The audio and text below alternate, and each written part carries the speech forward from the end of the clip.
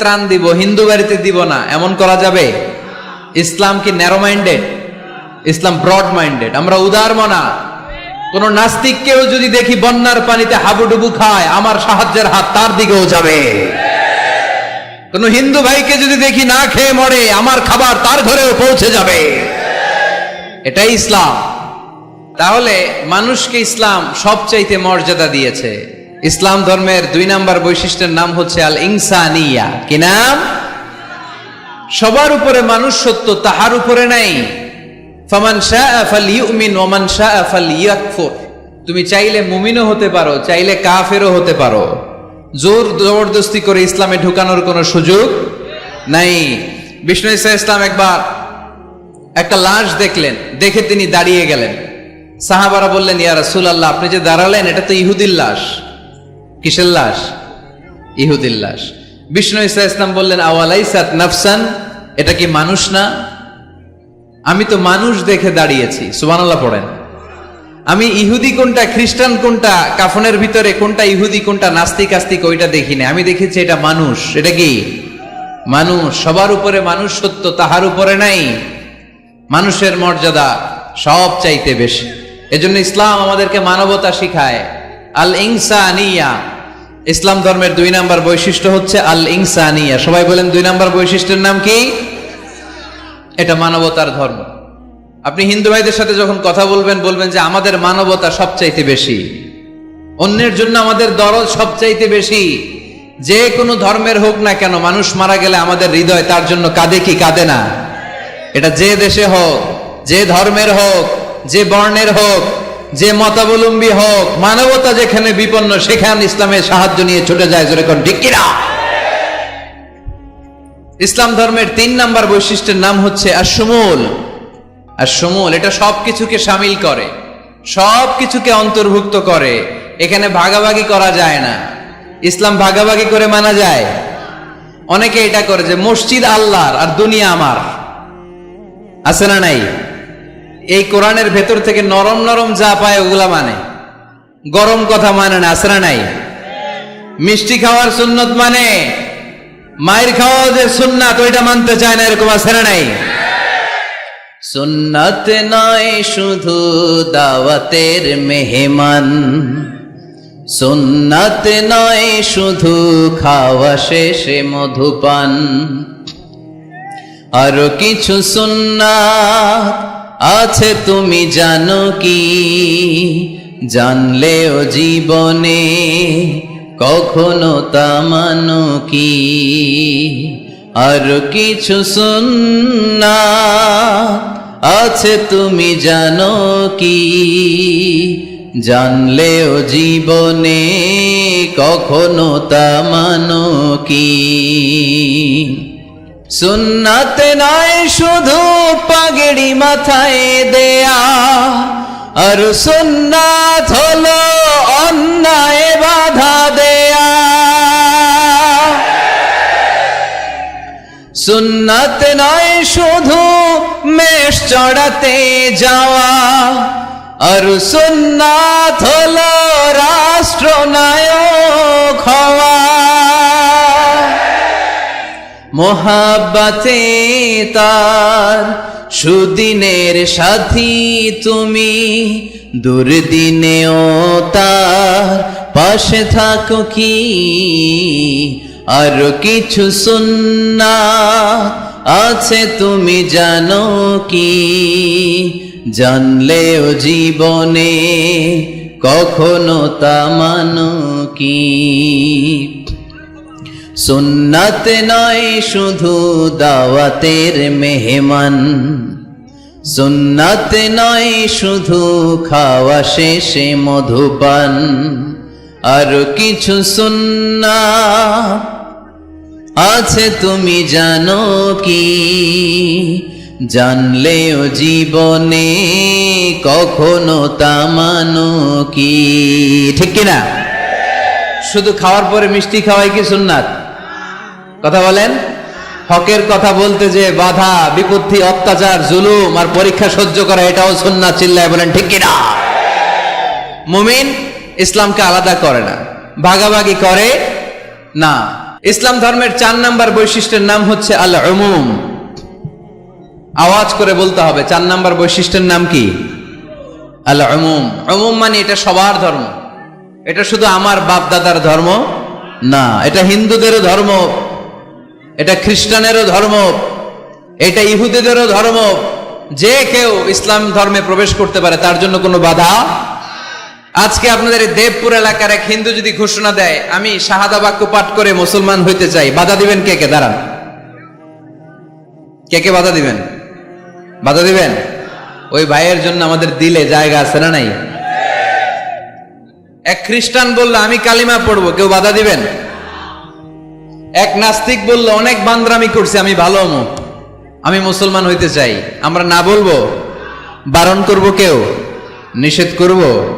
যে কেউ আমাদের ধর্মে আসার, বসার, ঢুকার, কালিমা পড়ে মুসলমান হওয়ার সুযোগ আছে না নাই? কিন্তু ইহুদি ধর্মে নাই। কোন ধর্মে নাই? ইহুদি নামে যে একটা ধর্ম আছে জানেন? পৃথিবীতে একমাত্র ইহুদি রাষ্ট্র কোনটা বলেন তো? কোন রাষ্ট্র? আমাদের পাসপোর্টে লেখা সব দেশে যাওয়া চলবে এক্সেপ্ট ইসরায়েল। যে কোনো দেশে আপনি প্রবেশ করতে পারবেন। ইসরায়েলের সাথে আমাদের কোনো চুক্তি নাই, যাওয়া আসার সুযোগ নাই, কোনো পণ্যের আদান প্রদান নাই, এটা একমাত্র ইহুদি রাষ্ট্র। কিন্তু খ্রিস্টানরা ওই দৃষ্টিকোণ থেকে অনেক ভালো, তাদের ধর্মে সুযোগ আছে, আপনি চাইলে খ্রিস্টান হইতে পারবেন।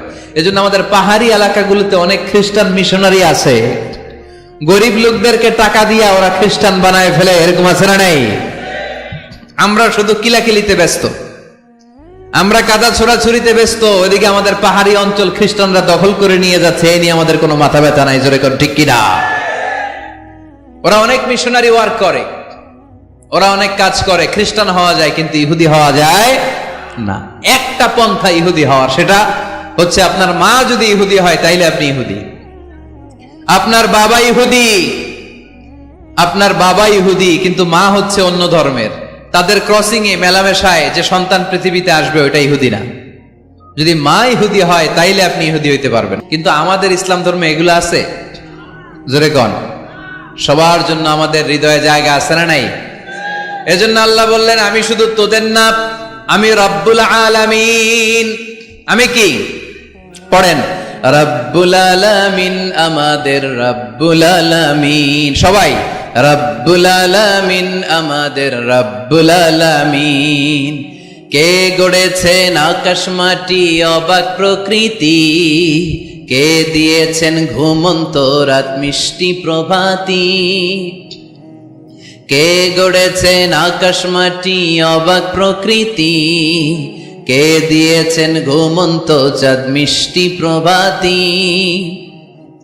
বিশ্ব নিখিলকার ইশারার ক্ষমতার অধীন, বিশ্ব নিখিলকার ইশারার ক্ষমতার অধীন। রব্বুল আলামিন, আমাদের রব্বুল আলামিন। সবাই পড়েন না, রব্বুল আলামিন, তিনি যে রব্বুল আলামিন। সুবহানাল্লাহ পড়েন। তিনি রব্বুল আলামিন, গোটা বিশ্বের রব। আমাদের নবী রাহমাতাল লিল আলামিন, গোটা বিশ্বের রহমত। আমাদের কোরআন যিকরা লিল আলামিন, গোটা বিশ্বের জন্য জিকির। যে কেউ কোরআন থেকে শিখার সুযোগ আছে না নাই? অনেক খ্রিস্টানও কোরআন পড়ে, অনেক ইহুদিও কোরআন পড়ে, অনেক নাস্তিকও কোরআন পড়ে। কোরআনের ইংরেজি ট্রান্সলেশন আছে না নাই? উর্দু ট্রান্সলেশন আছে না নাই? ফ্রেঞ্চ ভাষায় কোরআন আছে না নাই? পৃথিবীর 70টারও বেশি ভাষায় আল্লাহর এই কোরআনের অনুবাদ হয়ে গিয়েছে। চিল্লায় এখন সুবহানাল্লাহ। এটা সবার, এজন্য এটাকে বলে ইউনিভার্সাল রিলিজিয়ন। ইসলামের 5 নাম্বার বৈশিষ্ট্যের নাম হচ্ছে আত-তাইসির। খুবই গুরুত্বপূর্ণ বৈশিষ্ট্য। আত-তাইসির মানে হচ্ছে সহজ। আত-তাইসির মানে ইসলাম মানা কঠিন না সহজ? জোরে বলেন, ইসলাম মানা কঠিন না সহজ? আওয়াজ করে উত্তর দেন। দাঁড়িয়ে নামাজ পড়া কি ফরজ? দাঁড়াতে পারে না, কোমরে ব্যথা, প্যারালাইসিস, ওই লোকটা যদি তখন বসে পড়ে নামাজ কবুল করবে কে? অজু করে নামাজ পড়া কি বলেন? কিন্তু পানি নাই। এখন আপনি যদি তায়াম্মুম করে পড়েন আপনার নামাজটা তখনও কবুল করবে কে? আমরা যে বিয়ে করি, এই বিয়েতে মোহরানা দেয়া কি? দিছেন তো মোহরানা? যারা যারা বিয়ে করছেন এখন কোনো আওয়াজ নাই। কই হুজুর মাফ চাইয়া লইছি, বাসর রাতে আমারে মাফ করে দিছে, বাসরাতে ভালোবাসবেন, ওই দিন কি মাপ চাইবেন? হ্যাঁ, আহা কপাল পোড়া। ওয়াতুন নিসা সাদাকাতিহিন্না নিহলা, সন্তুষ্ট চিত্তে মোহরানা দিয়ে দাও, ফরজ। কিন্তু মোহরানা দেওয়ার সুযোগ নাই, টাকা নাই। এক সাহাবীর জীবনে তাই ঘটেছে। আল্লাহ রাসূল সাল্লাল্লাহু আলাইহি ওয়াসাল্লামের কাছে এসে বললেন, ইয়া রাসূলুল্লাহ, বিয়ে করব। রাসূল সাল্লাল্লাহু আলাইহি ওয়াসাল্লাম বললেন, মোহর আছে? নাই। কি আছে? কই কিচ্ছু নাই। কিচ্ছু নাই তো বিয়ে করবা কেমনে? কোরআন পড়তে পারো? পারি। কয়টা? এতটা সূরা মুখস্থ পারি। আরেক মেয়েকে জিজ্ঞেস করলেন, কোরআন পারো? না, পারি না। রাসূল সাল্লাল্লাহু আলাইহি ওয়াসাল্লাম এই ছেলেকে আর মেয়েকে বিয়ে করায় দিলেন। আর মেয়েকে বললেন, মা তুমি কোরআন পড়তে পারো না, কিন্তু তোমার স্বামী কোরআন পড়তে পারে। তোমার স্বামী তোমারে প্রতিদিন টিচারের মতো, প্রাইভেট টিচারের মতো, প্রাইভেট টিউটরের মতো কোরআন পড়ায় পড়ায় শিখাইয়া দিবে। এটাই মা তোর বিয়ের মোহর। ইসলাম কঠিন না সহজ? জোরে বলেন। ইয়াসসিরু ওয়ালা তুআসসিরু বাশশিরু ওয়ালা তুনাফফিরু। আল্লাহ রাসূল সাল্লাল্লাহু আলাইহি ওয়াসাল্লাম বললেন, খবরদার, ইসলামকে সহজভাবে উপস্থাপন করো, কঠিন করো না। আমরা ইসলামকে কঠিন বানায় ফেলছি, ঠিক কি না? আল্লাহ সার দেয় কিন্তু মাওলানা সার দেয় না, আছে না নাই? আল্লাহ মাইন্ড করে না, মাইন্ড করে কে? মাওলানা। ওই মাওলানাদের কাছে যাওয়া যাবে না। ইসলাম সহজ। মুআয ইবনে জাবাল রাদিয়াল্লাহু তাআলা আনহুকে বিশ্বনবী সাল্লাল্লাহু আলাইহি ওয়াসাল্লাম ইমাম বানিয়ে পাঠালেন। উনি এক এলাকায় ইমামতির দায়িত্ব পেয়ে মাগরিব নামাজে সূরা বাকারা দিয়ে নামাজ শুরু করছে। কোরআনের সবচেয়ে ছোট সূরা না? কি সূরা? বড় সূরার নাম কি? বাকারা মানে কি? গাভী। তাই গাভীর সূরা দিয়ে নামাজ শুরু করছে। কিন্তু ওনার মুসল্লিরা হচ্ছে খেটে খাওয়া মানুষ, মেহনতি মানুষ, সারাদিন খেজুর বাগানে কাজ করে। এরা তো আর দাঁড়াইতে পারে না। এক সাহাবী রেগে মেগে নামাজ থুইয়া চলে গেছে। পেছনে একা নামাজ পড়ে সরাসরি বিশ্বনবীর কাছে যে বিচার, ইয়া রাসূলুল্লাহ, এ কেমন ইমাম পাঠালেন আপনি, মাগরিবের নামাজে সূরা বাকারা পড়ে? আমরা মেহনতি মানুষ, আমি একা একা নামাজ পড়ে বিচার দিতে আসছি। বিশ্বনবী এই বিচার শুনে রেগে গেলেন। ইমাম সাহেবরে ডেকে পাঠালেন, বললেন, ইমাম, আফাত্তানুন আনতা ইয়া মুআয, হে মুআয, তোমারে কি ফিতনা বাজানোর জন্য ইমাম বানায় পাঠাইছি? ইযা আম্মাল নাসা ফালিয়ুখাফফিফ ইমা আম্মা আহাদুকুমুন নাসা ফালিয়ুখাফফিফ। তোমাদের কেউ যখন জামাতের ইমামতি করে সেজন্য নামাজটাকে ছোট করে। ফাইন্না ফীহিমাল মারিদ ওয়াল মুসাফির ওয়া যাল হাজা, কেননা তার পিছনে অসুস্থ কেউ দাঁড়াতে পারে, মুসাফির দাঁড়াতে পারে, হাজতওয়ালা লোক দাঁড়াতে পারে। আমি এই পাশ দিয়ে যাচ্ছি, হঠাৎ মুসাফির মানুষ দেখি মসজিদে এশার নামাজ হইতেছে। ভাবলাম যাচ্ছি যখন, অজুটাও আছে, নামাজটা পড়ে নি। ডুইকা দাঁড়ায় দেখি ইমাম সাহেব ধরছে সূরা বাকারা। কষ্ট আছে না নাই? আমার পক্ষে সম্ভব পুরো বাকারা পড়া? সম্ভব না। বিষ্ণু ইসা ইসলাম বললেন, সহজ করো, কঠিন করো না। মানুষকে সুসংবাদ দাও, দিন থেকে ভাগিও না। আমরা অনেক সময় এত ভয় দেখাই মানুষকে, মানুষ দিন থেকে ভেগে ভেগে চলে যায়, আছে না নাই?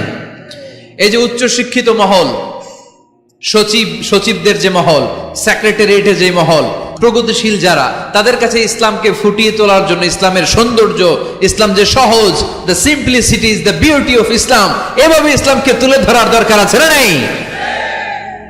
ওই শিক্ষিত পল্লীগুলোতে অনেকে ইসলামকে কঠিন মনে করে।